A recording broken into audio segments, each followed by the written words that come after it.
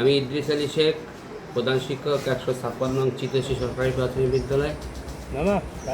আমার বিদ্যালয়ের আজকের এই অবস্থা সম্পর্কে আমি পিছনে কিছুই জানি না। কিন্তু আমাকে আজকে সকালে এলাকাবাসী ডাকার পরে কিছু ঘটনার কথা আমাকে বলছে, কিন্তু এটা আমি কিছুই জানি না। আমি চাকরি করে খাওয়া দাওয়া করে ঘুমিয়ে থাকি। আর সকালে আমাকে ডাইকা বলছে যে আমরা তো স্কুলে ছাত্রছাত্রী বন্ধ করে দেবো। আমি কেন কথা বুঝতেন না।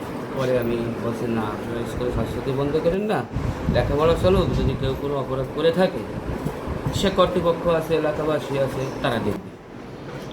বলছে না, তোমার এই কথা আমরা শুনতে পারবো না, আমরা আজকে আমার এই স্কুলের ছাত্রছাত্রী কাউকে দায়িত্ব দেবো না। তখন দুই পাশ থেকে কিছু লোক দিয়া ছাত্রছাত্রীগুলি হাঁটাই দিচ্ছে। তাহলে কি কারণে হ্যাঁ, ছাত্রছাত্রী অনেক আসছিল।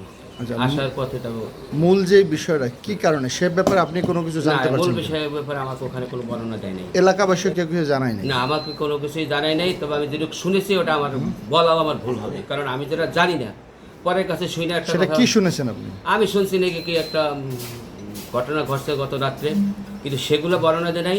আমার খালি এদিকে বলছে যে একটা ঘটনা ঘটছে, আপনি কি কিছু জানেন? আমি না। মানে কার বিরুদ্ধে ঘটনাটা ঘটছে?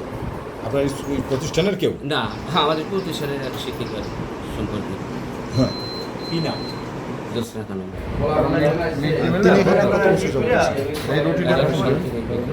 11 সাল থেকে এখানে আছে সহকারী শিক্ষক হিসেবে।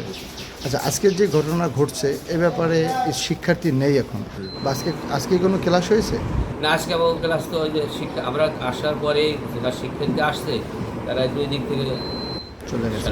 অভিভাবকটা নিয়ে গেছে? অভিভাবক না, অভিভাবক মানে এই এলাকার কর্তৃপক্ষ। তাদের বাচ্চারা কি এখানে পড়ে? যারা এই এলাকার তাদের বাচ্চারা পড়ে কিনা? কারো পড়ে না। আচ্ছা, আরেকটা বিষয়, আজকে যে অবস্থাটা হয়েছে এ ব্যাপারে ঊর্ধ্বতন কর্তৃপক্ষের সাথে আপনার কথা হয়েছে কি? তারা কি জানাইছে? তারা জানাইছে বলতে তারা বলছে যে এলাকাবাসী যেহেতু একটা কথা বলছে আপনারে, তারপরেও আমাকে জানাইছেন এটাই। আপনার কার সঙ্গে কথা হয়েছে? আমার এটিও টিও সাহেবের সাথে আপনার কথা হয়েছে? আমার বসতে এটিও বলছে। এটিও কে? এটিও বাসুদেব বিশ্বাস।